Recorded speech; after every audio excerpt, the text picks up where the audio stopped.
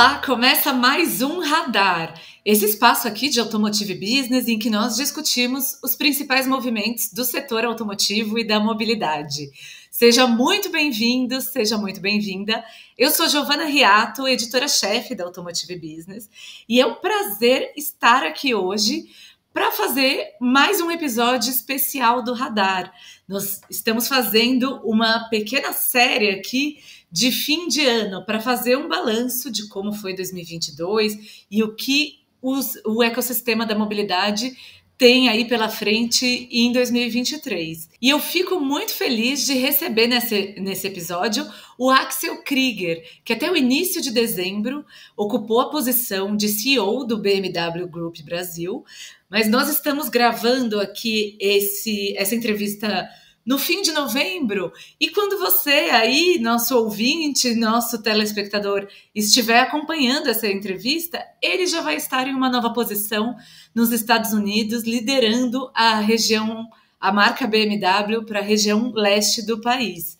Axel, seja muito bem-vindo, um enorme prazer te receber aqui. Obrigado, é uma honra aqui estar com vocês, né, Giovana? É uma das últimas entrevistas que eu faço aqui no Brasil. E acho bem legal essa ideia do balanço que a gente falou aí depois de quase 4 anos aqui, da gente fazer um balanço, mas também olhar um pouco para o futuro, né? Para quem não sabe, eu estou assumindo uma nova posição nos Estados Unidos, e a gente fala em inglês, né? Bittersweet moments, né? Claro que, de um lado, você fica contente com a promoção, né? Vem toda aquela ansiedade de mudar de país, de mudar de função e tudo mais, mas aí também tem o lado, né, que a gente fala um pouco amargo ali também, de deixar o Brasil. E o Brasil, para mim, é muito especial, né? Eu comecei minha carreira aqui na BMW, aqui, né, como estagiário, fui crescendo. Eu entrei algumas vezes, né? Então, eu comecei minha carreira aqui, fui para a Alemanha, voltei para o Brasil, aí começou minha jornada internacional mais uma vez, né? Fui para a África do Sul, para a China, e voltei para o Brasil de novo. E acho que toda vez que a gente volta para o nosso país é sempre muito especial.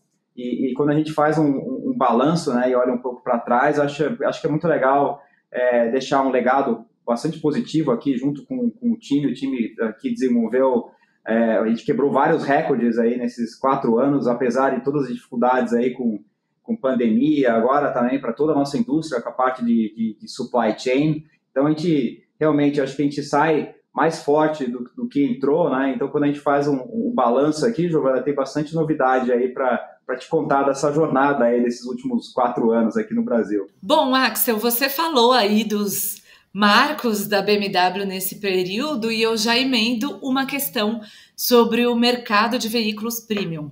A BMW ocupa no Brasil a posição de marca premium mais vendida do mercado local, em um mercado, claro, emergente, né, em que esse segmento ainda tem um tamanho limitado. Eu gostaria de ouvir de você uma análise sobre qual é a expectativa para esse mercado e qual é o papel da BMW no segmento. Assim, em comparação, que acho que o mercado premium ele tem um potencial bastante grande ainda para se desenvolver, né? Se a gente compara hoje o share dele em relação ao mercado total, né, ele ainda tem um share pequeno, né? Você está falando de 1,8% basicamente, 1,8%, 2,0%, mais ou menos, ele fica nesse inteirinho ali, né? Então é um mercado que tem bastante potencial, ao meu ver, né? Se for comparar para outros mercados mais maduros, Alemanha, Europa, né? Você pega os Estados Unidos com shares muito mais expressivos do que esse. Então acho que, de um lado, você tem muito potencial para desenvolver esse mercado, né? E eu acho que também um potencial incrível de trazer tecnologia para o país, né? Então, se a gente olha hoje, o primeiro carro elétrico que veio para o Brasil foi da BMW com o i3 lá em 2014, né? A gente vem desenvolvendo vários novos modelos e trazendo vários novos modelos. Isso é muito importante também falar, né? A gente, nos últimos 4 anos, a gente manteve um pace aí acima de 25 lançamentos entre variantes e novos produtos, aí 25 carros por ano, né? Então a gente não tirou o pé na pandemia. E se a gente começa a olhar também um pouco o share de eletrificação no nosso portfólio, principalmente, ele vem aumentando, né? Então acho que, de um lado, como potencial, ele é um segmento ainda que está crescendo, mas ele tem um nicho muito especial para o país, que é um nicho de entrada para novas tecnologias, né? Seja um carro elétrico, talvez agora, né? Um carro híbrido, no futuro, quem sabe, um carro hidrogênio chegando aqui. E com certeza ele vai ser através de uma marca premium. Eu acho que boa chance disso acontecer. Então, acho que, apesar do tamanho dele não ser tão grande, também ele tem um posicionamento estratégico muito importante para a indústria, porque ele acaba ditando um pouquinho o que vai ser o futuro ali, né, da nossa mobilidade no país, né? Isso é de um lado. Se você olha a indústria como um todo, esse ano, né, o TIV, que a gente fala aqui dentro da BMW, né, que é o Total Industry Volume, o volume total de vendas aí do segmento brasileiro, caiu aí 1%, né? O segmento premium ele andou 12% para trás, vamos falar assim, mas a BMW vem mantendo ali o pace dela de emplacamento, mais ou menos o mesmo tamanho, o mesmo patamar, devem encerrar o ano aí com o mesmo patamar do ano passado aí. Então, eu acho que, apesar de todas as dificuldades, e como a gente falou um pouco antes, o que nos ajudou muito durante esse período também foi manter o pace de lançamento. Acho que foi muito importante para a nossa marca, né? Isso de um lado. Do outro lado também, a proximidade que a gente tem com a nossa rede de concessionários, nossos parceiros, é muito importante. Ter a fábrica aqui no Brasil também, né? De você ter um supply chain estável durante o período pandêmico, e agora também, né, mesmo que a gente a pandemia afeta um pouco menos o supply chain, ainda tem resquícios isso aí com semicondutores, mas acho que isso nos ajudou a ter um foco, né, e um pace bastante interessante para não perder ou decrescer como as outras marcas e decresceram nesse período. Então a gente ganha muito share em cima de novos produtos, né, em cima de muita tecnologia, e como a gente falou antes também, de manter esse pace de lançamento aí de 25 carros por ano, e acabamos, né, de lançar aqui no mercado brasileiro o i4, né, que é um coupé sedã que a gente fala aqui dentro da BMW aqui, e o primeiro da marca M com powertrain elétrico aí, né, o i4 M50, vão vir outras variantes também desse carro também com o i440, e já aí desempenho puro BEV, né, chegando no mercado brasileiro, e esse ano sozinho a gente já está com 5 carros puro elétricos aí, BEVs no portfólio da marca aí, né? Claro, com o i3, o phase out dele, mas você tem o Mini BEV também, que é um sucesso de vendas, um dos BEVs mais vendidos no mercado brasileiro, iX3, né? O iX também e o i4 que eu acabei de falar. Então são vários lançamentos, o produto que, vamos falar assim, um leque de produtos que vem crescendo, né? O portfólio vai crescer mais ainda no ano que vem, fora os híbridos que a gente tem, né? Então, bastante interessante esse posicionamento, e boa parte, mais de 24% hoje, ou 24% do nosso share da BMW hoje, já são veículos que a gente chama aqui eletrificados, né? Seja um plug-in hybrid, né? Ou um puro elétrico, aqui sendo um BEV, né? E a minha aí com share aí quase 50%. Então, eu acho que pace continua, bastante otimista aqui para o futuro, né? Mas se a gente olha um balanço aí né, dos últimos 4 anos, ano a ano a gente vem ganhando share, 4 anos na liderança do mercado brasileiro, mas muito em cima do que a gente acabou de falar aí, né? Esses pilares estratégicos muito importantes para a marca, né? Claro, muito foco no cliente, né? E quando a gente fala que são os clientes finais, é a nossa rede de concessionários, né? Ter né, a produção local aqui no Brasil nos ajuda muito. Muito foco em digitalização também, bastante importante, com muitas novidades aí acontecendo no nosso segmento, na nossa marca, né? E claro que a produção local aí são pilares muito importantes aqui, que vem nos ajudando. Fora a eletrificação, que a gente acabou de falar um pouquinho. Axel, a planta de Araquari, aqui em Santa Catarina, no Brasil, é também um exemplo interessante. Se eu não estou enganada, foi inaugurada em 2014, é isso? Isso, 2014, tá certo. 2014, e ela é uma planta comparando ainda com o segmento premium, é a única que teve uma fluidez na sua produção, sem interrupções, e permanece até agora. Conta um pouco para a gente qual é o papel dessa fábrica na estratégia da organização para a região, e como está o ritmo de produção agora, o ritmo de exportações. É uma fábrica muito importante para o nosso segmento aqui no Brasil, não é?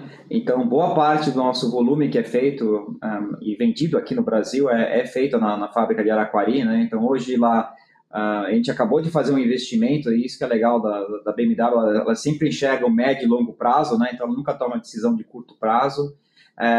Acabamos de fazer um investimento de 500 milhões de reais aí na planta, para se preparar para os novos lançamentos, né? Então, um lançamento que a gente fez, acabou de fazer é a nova Série 3 né, dela, né, acabou de sair do forno, vamos falar assim, está sendo um grande sucesso. Né? A nova X1 também vai ser lançada no início do ano que vem, a nossa planta, então isso é bastante importante para nós. Então, são 2 produtos fantásticos aí que a gente lançou, que já vem com o nosso software novo, que na BMW a gente chama de ID8, né, que é aquele painel bem mais longo, né, bem mais alargado, vamos falar assim, de instrumentos, né, que é bastante interessante essa nova tecnologia, sem falar também da X3 e da X4 também, que também estão sendo fabricadas ali. Então, ela tem um papel muito importante para o nosso mercado, de um lado, né? A gente já exportou no passado, Giovana, né, para o hemisfério norte, né? Acabamos exportando no passado para o Canadá e para os Estados Unidos a X1. No momento não estamos exportando, mas a gente sempre está estudando possibilidades, tá? Então a gente não tem nada confirmado, tá? Então a gente sempre fica estudando. A BMW ela tem isso que é interessante, nos ajudou também muito, né? Durante esse período difícil de supply chain, ela tem uma rede de fábricas muito flexíveis, então a gente consegue migrar de uma fábrica para outra, vamos falar assim, com bastante velocidade e bastante flexibilidade também. Então isso nos ajuda também. Eu acho que essa é uma das razões de sucesso também da BMW, com relação aí, né, à produção e à market share, conseguir ter essa estabilidade e essa flexibilidade que é super importante, aí, que você sabe bem, nesses momentos aí de crise. Né? Então, mais uma vez, vários lançamentos nela. Claro que sempre me pergunto, vai vir algum carro elétrico para o Brasil? Esse carro vai ser feito dentro da fábrica? A gente sempre está avaliando, mas a gente não tem nada confirmado, tá? Então, mas eu acho que é sempre importante falar que a gente fala o seguinte, né? Que the plant follows the market, né? Então a fábrica segue o mercado, né? Então, aumentando cada vez mais a participação aí de BEVs e PHEVs no mercado brasileiro, que é claro que aumenta as chances aí de um dia da gente fazer isso aqui no Brasil, mas até o momento não temos nenhum plano confirmado com relação a isso, né? Quando ela nasceu com uma capacidade, claro, grande, né, de 30 mil carros, né? A gente sempre fica ali por volta de 9, 10 mil carros, mais ou menos, feitos aí na nossa planta em Arapari, né? Mas o que é outro ponto muito interessante também aqui dentro da fábrica e da nossa estratégia é o nosso centro de engenharia. A BMW tem 5 no mundo, né? E um deles é aqui no Brasil, e aí exportamos bastante software interessante aí para a marca, né? De um lado, o My BMW App, né? Que é o aplicativo da BMW, a interface principal aí dos nossos clientes com o carro, e a gente está ganhando novas funções, né, nesse aplicativo. Então, boa parte dele foi desenvolvida aqui no Brasil, a gente exporta isso para o resto do mundo, o mundo inteiro usa o app, né? E dentro desse app hoje, né, por exemplo, o que a gente tem é o Digital Key, né? Então você utiliza o carro sem ter a chave, né? Então é bastante interessante. Você pode mandar a chave para uma amiga, para um amigo, por SMS. Então, se você quer emprestar seu carro para alguém, é muito legal isso. Você pode colocar até limite de velocidade, se quiser. Então tem uma série de funções muito interessantes ali. Outra parte que é bastante interessante também de tecnologia nossa é a parte de serviços para os clientes também, de poder agendar o serviço na concessionária, né? E no futuro também poder fazer pagamentos do pós-venda ali dentro do aplicativo. Então vem bastante novidade em relação disso, né? E boa notícia legal é que boa parte também foi feita aqui no nosso país. Então acho que essa parte de engenharia também tem aqui no Brasil, né? E também tem a fábrica, nos dá bastante força, é um diferencial competitivo aqui bastante interessante que a gente tem aqui no Brasil. E como você bem citou aí, né, que hoje a fábrica tem, em relação a volume, 1/3 do que ela foi programada inicialmente. Claro que as condições mudam, né? Imagino que a equipe, os colaboradores ao longo desse tempo mudou, tecnologias e tudo mais, mas como garantir a sustentabilidade da operação diante disso, né? Tendo um volume ainda menor?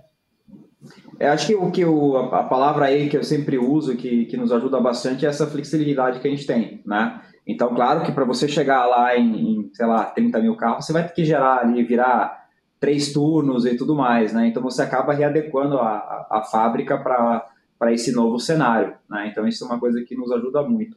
A outra parte também que eu falo é a sinergia. A gente tem um programa aqui na empresa que a gente chama de One Team, né? E One Team quer dizer o quê, né? Quer dizer, às vezes você tem empresas grandes assim, você começa a ter silos, né? Você começa a ter o silo de produção, você começa a ter o silo de banco, de serviços financeiros, da empresa de vendas, né? Da divisão de motos, e a gente conseguiu também criar muita sinergia entre as empresas, né? Então, a gente trabalha realmente como um time único. A gente acabou de sair de um workshop, por exemplo, ontem, né? E é onde a gente tratou de vários assuntos, desde satisfação de clientes, né? A diversidade. Então, isso é muito importante, que a gente ganha muita força. Então, eu acho que isso também nos ajuda muito a essa sinergia que a gente tem entre as empresas e da gente conseguir aí usar o lado forte de cada um quando precisa. Então, isso nos ajuda bastante a conseguir aqui a ter sucesso no mercado brasileiro e ter todo esse foco aqui. Então, acho que é uma das razões aí que nos ajuda bastante nesse momento, né? Perfeito. Axel, você falou logo na sua primeira resposta dessa questão de como as marcas premium e a BMW particularmente têm uma certa responsabilidade, né? Tem esse papel pioneiro na eletrificação, porque acaba que vocês têm um consumidor com maior capacidade de investir em um veículo e aí trazer novas tecnologias fica não exatamente mais simples, né? Mas talvez é um caminho até mais intuitivo para a chegada de novas tecnologias. O que você acha de forma geral, assim, né? Quando a gente olha para o Brasil, estamos nesse momento de muita discussão em torno da descarbonização. Eu gostaria de ter a sua visão do mercado em geral, então, tanto dessa jornada na BMW, de qual é o caminho e tudo mais, mas também do que você, como executivo, considera interessante para o nosso país quando a gente pensa em descarbonizar a mobilidade, o setor automotivo. Sim, acho que você tem que olhar de maneira holística ali, né? De um lado, você tem que olhar a produção dos veículos, então como é que você consegue reduzir, né, essa parte de redução de CO2. Então a gente tem vários projetos aí mundiais e várias metas aí que a gente já estabeleceu de redução de carbono, né? Do lado de veículos também, né? Então, claro, você tem produção, a gente vê em 3 pilares, basicamente, né? Então, um pilar, produção, o segundo pilar é a utilização dos veículos, então, qual o mix de produtos que você vai ter ali e qual tecnologia de powertrain você vai ter ali para reduzir CO2, né? E também o lado de supply chain com nossos fornecedores. Então, você tem que trabalhar essa cadeia inteira para você conseguir realmente ter uma redução de CO2, né? Mas na parte dos produtos, vamos falar assim, claro que você não consegue, né? Por exemplo, a gente tem uma meta até 2030 reduzir 50%, né, do nosso portfólio, aí, o CO2 dos veículos até 2030. Então, já está aí o ano, né? Estamos em 23 praticamente, né? Então, tem bastante coisa a ser feita aí. Mas, basicamente, é muito em cima da eletrificação. Isso toma um papel extremamente importante, né? Então, e essa flexibilidade aí de powertrains. Então, de um lado, claro que alguns mercados vão demandar mais veículos puro elétricos, os BEVs, né? A outros mercados, né, depende da infraestrutura, um híbrido plug-in também, acho que também depende do mercado, funciona super bem. No Brasil, por exemplo, a gente tem, acho que é um dos mais, que tem mais opções aqui para os nossos clientes, né? Então, você consegue um flex, você consegue um híbrido, né? E você consegue um BEV, né? Tudo isso no mercado brasileiro. Então, a gente tem bastante opção aqui, bastante interessante, né? Também para estar ajudando isso. Então, acho que de um lado é flexibilidade, né? Para você ter essa velocidade para conseguir reduzir, né? E também explorar outras tecnologias. Eu acho que você nunca pode colocar todos os seus ovos na mesma cesta, né? E eu acho que agora com hidrogênio, por exemplo, um projeto que a gente está trabalhando bastante forte também, né? E isso também vai ajudar também. Então, acho que você vai lá na frente, a gente vai poder realmente ver qual tecnologia vai ser vencedora, mas eu acho que talvez vai ser um mix ali, né? Sem falar aí do que a gente fala dos mild hybrids ali também, né? Então, tem outra tecnologia aí também para ajudar a reduzir a CO2, né? Eu estou na marca há bastante tempo e achei bastante interessante, né? Acho que se eu não me engano, em 2007, 2006, já começamos com um programa que na época chamava Efficient Dynamics, né, dentro da BMW, lá atrás, que era basicamente a reintegração da energia do carro, mas lá atrás isso, né? Então, quando você frear, ajudar a carregar as baterias, né, com a rolagem do carro também ajudar a carregar a bateria do carro. A gente já vem falar desses tópicos há um bom tempo já, e isso vem nos ajudando também, está muito à frente também para poder estar numa posição aí, para estar explorando essas tecnologias, trazendo mais e acelerando mais. Mas como você bem disse, eu acho que a gente tem um papel bastante importante de trazer essa tecnologia, né, e criar infraestrutura, né, até que tipo de carregador, né, e tudo mais. Isso ajuda bastante a indústria a trazer inovação para o mercado, né?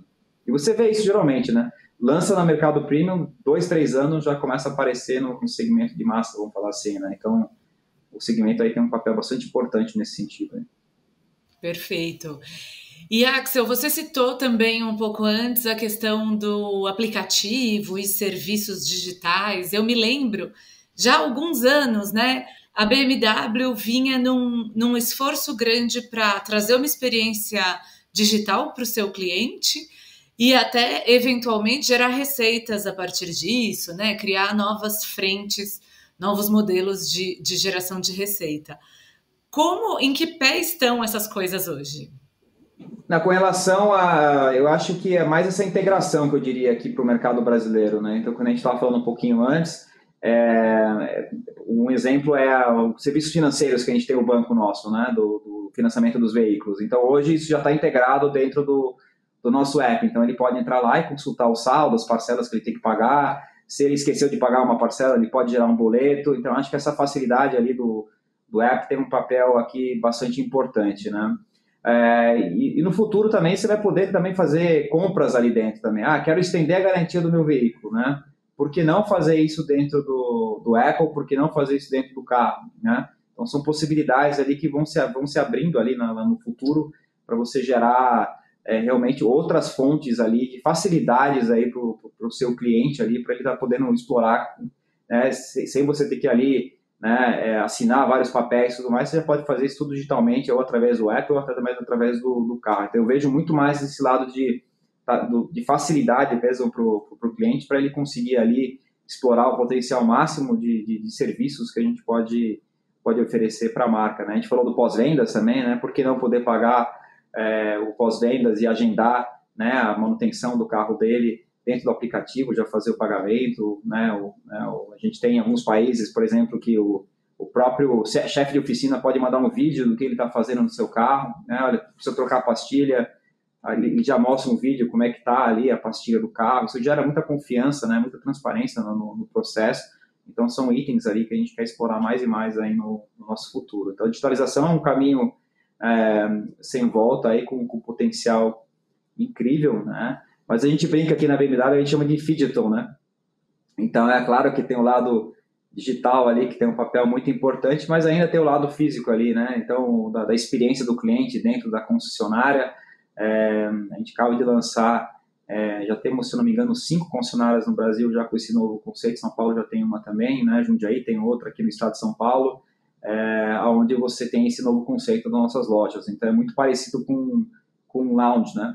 Então, antigamente você vai, né, numa concessionária, tem aquela barreira que é a mesa do vendedor e o cliente de um lado e o vendedor de outro. E agora não, você sente numa mesa redonda, ou tem um sofá feito um lounge, tem um baita café dentro delas também para dar uma experiência diferenciar, assim, bem diferente dentro da concessionária também, né, com outro ângulo. Então, ele começa a jornada física dele, né, claro, lá dentro, mas tem toda a arquitetura digital ali, seja na casa dele, no celular dele, ou lá dentro da concessionária mesmo, para unir tudo isso. Então, isso tem um papel bastante importante também com relação à digitalização, mas sem perder realmente a experiência premium que a marca tem que oferecer, né? Quantas concessionárias são hoje? Hoje são 53 pelo Brasil. Existe algum plano de expansão, adequação? Como estão esses planos? A gente sempre olha assim, sempre, né, vai explorando e vendo potenciais aí pelo país, né? Então sempre tem ideia assim, né? A gente, por exemplo, lançamos esse ano aí Jundiaí, né? Foi um exemplo disso, né? Acabou de abrir, né? Então a gente vai vendo o potencial de cada cidade e vai abrindo, né? Mas a gente tem uma estratégia muito de ficar nos grupos que a gente tem hoje dentro da marca. Então a gente tem bastante contente com a nossa rede de concessionários e com a força que elas têm, né? E o relacionamento que a gente tem com elas, de muita confiança. Então a ideia é crescer com esses grupos, né, no momento. Sim. Axel, você não vai estar aqui com a gente em 2023, infelizmente, sentiremos falta, mas eu gostaria da sua visão do mercado no ano que vem e talvez das grandes tendências que a gente tem para o mercado brasileiro, para o setor automotivo brasileiro. Aí você pode ficar à vontade para falar de 2023 ou até, de repente, mais de um médio prazo. O que você observa de movimentos relevantes? Assim, primeiro que a gente sempre olha crescimento, né? Então a gente imagina ainda de crescimento ainda nada muito expressivo, acho que deve ser basicamente o mesmo tamanho aí entre 22 e 23, então realmente andando no mercado um pouco de lado, com um pequeno crescimento ali se tiver, né? Olhando um pouco para tendências, assim, acho que de um lado, a eletrificação acho que continua a crescer no nosso mercado, no nosso segmento premium, então a gente vê uma demanda muito grande por esses produtos, aceitação, né, bastante grande dos brasileiros, eles adoram tecnologia, a gente vê hoje, né, a gente tem quase, Giovana, 45 mil clientes conectados já com a gente através do nosso app, né, e o Brasil tem um índice de penetração bastante alto já com relação ao aplicativo, então acho que essa parte de digitalização vai aumentar mais ainda, né? A forma de vender o carro também, né? E isso também a digitalização vai ter um papel maior a cada dia, mas sem perder aquele lado humano, né? Junto com a concessionária e que só a concessionária pode dar aquela experiência ali de um produto premium, né, dentro do ambiente dela, né? Então isso continua muito forte também. Acho que digitalização, como eu falei, eletrificação e esse pace aí de lançamentos, novidades aí ano que vem. Tem bastante coisa legal chegando aí de produtos novos, né, nossos, né, então de carros elétricos aí, já falamos aí essa semana, se não me engano, de X1, né, que deve chegar aí, que é a X1 elétrica, né, pura elétrica, BEV, VM2, então tem vários carros legais aí que estão chegando aí, nossos, e continua, o pace de lançamento realmente não para, né, e tendo uma consolidação muito do trabalho que a gente já fez também, né, dos produtos que acabaram de chegar, e X, por exemplo, né, que daí ele vai ter o ano cheio, X1 nova chegando aí no mercado com potencial incrível também de vendas, né? Então acho que essa parte aí de tecnologia, de produtos, o Brasil não fica de fora, tá? Então isso é bastante interessante com esse pace aí de novos lançamentos. Então assim, se eu olho o ano que vem para a marca BMW, bastante otimista assim, né? Com os produtos que foram lançados, que vão ser lançados ainda, tem muita coisa legal chegando aí para nos deixar aí nessa posição aí de liderança, então isso continua, né, com produtos aí muito fortes no backbone da BMW, né, que nem eu falei, estou da marca há bastante tempo, e quando a gente vai ver o que tem no pipeline aí, é realmente impressionante o que vai chegar aí, o que já tem e o que vai chegar, me deixa muito confiante aí pro futuro, e esse carinho aí que os brasileiros têm pela marca BMW, né, então, em termos de satisfação de clientes. Outro dia a gente foi reconhecida como uma marca premium com mais diversidade, né? Ou com mais comunicação de diversidade também. Isso foi legal também, que a gente acabou de receber. Então tem várias coisas muito boas. Sim, aí ficamos felizes também. Entendeu, né?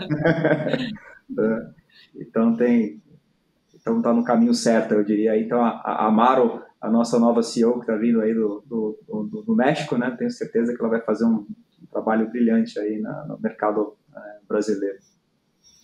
Sim, Axel, a gente está chegando perto do fim da nossa entrevista, mas eu tenho duas últimas perguntas. Uma muito relacionada a isso que você vinha comentando.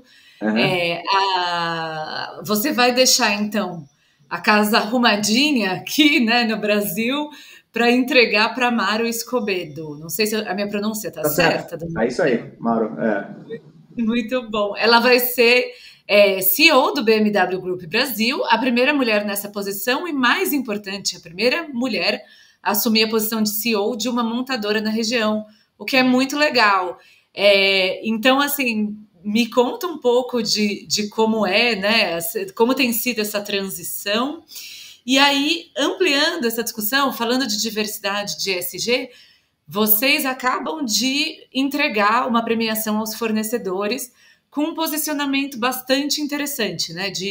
No lugar de reconhecer aquela boa e velha qualidade, entrega e tudo mais que, claro, é relevante, mas como vocês disseram, é pré-requisito, né? Vocês decidiram premiar de acordo com ESG e diversidade. Conta qual o peso dessas agendas na organização no Brasil e como tende a ser daqui para frente. Isso é muito importante para nós, né? E não é de hoje, né? Se você olha a BMW desde o 1973, 72, a BMW foi a primeira empresa a ter um engenheiro ambiental na empresa, né? No nosso segmento. Então a gente sempre teve esse foco aí, né? Você pega também, se eu não me engano, também uma das primeiras empresas também está no Dow Jones, né? Na parte de Sustainability também Index da Dow Jones, né? Então isso vem assim desde que eu me conheço por gente aqui dentro da BMW. Então sempre foi muito o foco, né? Eu me lembro a primeira visita que eu fiz na fábrica de Munique, né? E ela já tinha um sistema todo fechado na parte lá de pintura e tudo mais, né? Da parte química e tal. Então tem uma preocupação muito grande da marca com o meio ambiente há muito, muito tempo. Então eu acho muito interessante da nossa marca. Então muito do trabalho que você vê hoje, né? Os resultados são consequência de muita coisa que a gente já fez lá no passado. Claro que a gente continua acelerando, né? E como a gente falou um pouquinho lá no começo, né, dos 3 pilares que a gente falou, né, de redução de CO2, a gente nunca vai fazer isso sozinho, né? Então, claro, produção, papel imenso, produtos e a parte de fornecedores, aí. Então, por isso que essa semana o pessoal nosso pessoal aqui de compras aí, eu achei brilhante a ideia deles, né, de fazer dessa forma, né, e premiada com essa forma que você falou, né, qualidade, né, tempo de entrega e tudo mais, just in time, isso aí já é esperado, né? Então, É o pacote básico, né? Pacote básico, né? Então, aqui a parte de SG e tudo mais entra muito, muito forte, então a gente começa a premiar para já começar a ditar o futuro também, né? E começar nessa jornada aí conosco de redução de CO2 para o futuro. Então, os fornecedores já começam com a gente lá atrás, né? E você vai ver que lá na frente isso vai ter um retorno muito bom aí para o nosso meio ambiente e deixar um mundo melhor aí para as próximas gerações. Então, eu fiquei bastante contente com esse formato que eles fizeram, né? E também, quando eu vi o nome da Amaro na lista também, eu fiquei muito feliz de ter a Amaro aqui, né, conosco, e o nome mais forte que a gente tinha, então estou muito feliz mesmo de ter ela aqui conosco. Acabamos de fazer o handover aqui, né? Ainda estamos terminando, né, nessa semana, mas a gente já está começando essa jornada de transição aí, e estou muito confiante aí com o futuro aí, com a Amaro aí liderando a BMW do Brasil. Perfeito, Axel. Pergunta final, pergunta de ouro, aquela útil a todos nós, né, como profissionais, como indivíduos. Conta o que você mais se orgulha de ter construído aqui nesse período na liderança do BMW Group Brasil e, claro, o que você leva aqui da gente para o mercado norte-americano, para os Estados Unidos. Conta como está esse balanço e esse seu olhar de liderança mesmo. Sim, eu sou bastante fã do Simon Sinek, né? Ele tem um livro que chama Infinite Game, né? E acho que uma das coisas que eu aprendi nesse livro é que a gente sempre fala, né? A gente fica pensando na market share, resultado, vendas, faturamento, crescimento, índice, fica muito viciado ali nos KPIs e tudo mais. Claro que, para mim, isso aí é uma consequência de um trabalho toda feito, né? Então, se eu olho mesmo, eu acho que é essa parte de deixar a empresa sustentável para o futuro, né? Então, assim, de legado mesmo, é o time que eu vejo, né? Como é que está hoje, a união deles, né? Através de todas as divisões que a gente está aqui, muito forte, né? E a criatividade deles, a garra que eles têm. Então, isso para mim é o que me deixa mais orgulhoso, ver o crescimento deles também, do time, da nossa rede de concessionárias, das nossas fábricas, né, de todo o conjunto BMW, o carinho dos clientes com a marca, esses reconhecimentos são os que me deixam mais assim felizes e otimistas aí para o futuro, porque eu sei que a base, o alicerce tá muito bem feita, né, e o que vier,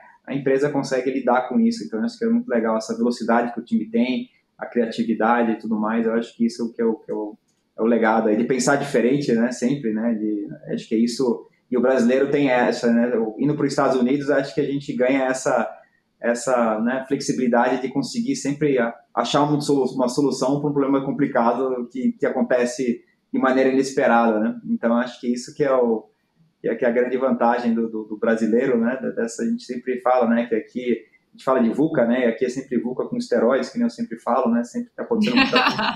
Adorei! Acelerado, né? Então, acho que isso, para mim, o brasileiro tem essa flexibilidade, essa criatividade para sempre sair de um problema difícil com um ângulo novo aí, né? Então, acho que isso que leva para os Estados Unidos ali com o time, né? Muito bom. Poxa, excelente resposta. Nós conversamos aqui, pessoal, com Axel Krieger, que deixa a posição de CEO do BMW Group Brasil para assumir a liderança da região leste nos Estados Unidos. É esse mesmo cargo, Axel? É isso aí. Perfeito. Axel, foi um prazer enorme bater esse papo com você de balanço dessa sua gestão aqui na região. E, claro, muito sucesso aí nesse novo desafio. Obrigado, Giovana. Muito obrigado aí por todas, né, as interações que a gente teve aí, foram sempre muito boas, né? Na última conferência que a Automotive Business também foi muito legal. Obrigado mesmo aí por todo o carinho aí, pela marca BMW e conosco aqui.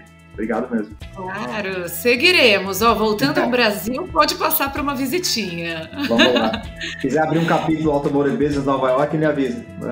Olha, não provoquem, que a gente gosta de arrumar novos problemas. Muito bom, Axel. Obrigada. E pessoal que está nos ouvindo, nos assistindo, obrigada pela audiência. Até o próximo Radar.